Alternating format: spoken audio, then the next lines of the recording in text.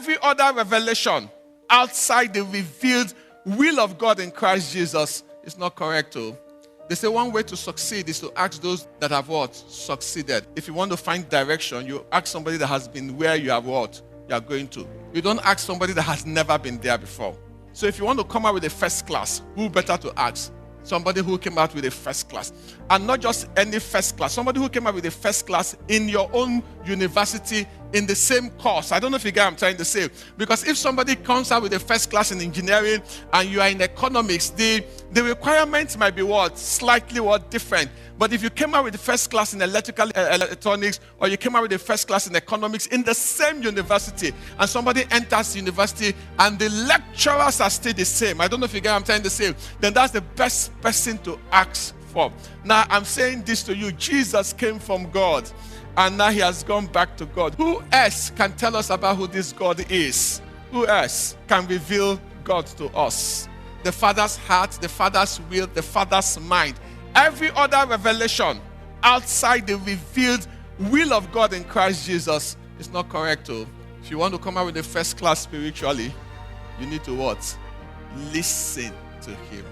So we're talking about Jesus as the Son of God. God who has what? Various times and what? In various ways. So the various times is about timing. So in Abraham he spoke, in Joshua he spoke. So various times talks about different dispensation. Various ways talks about his methodology.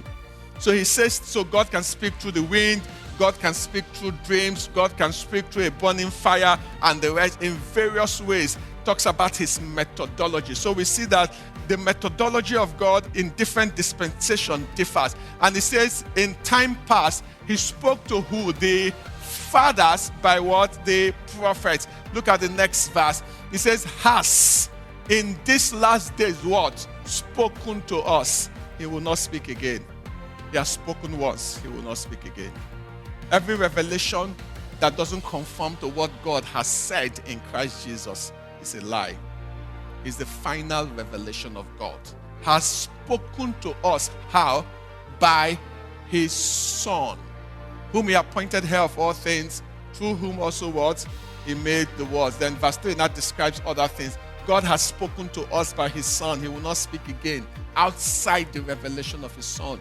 So if an angel appears to you and gives you a revelation that doesn't conform to what Jesus said, no matter how beautiful that angel is, it's a demon.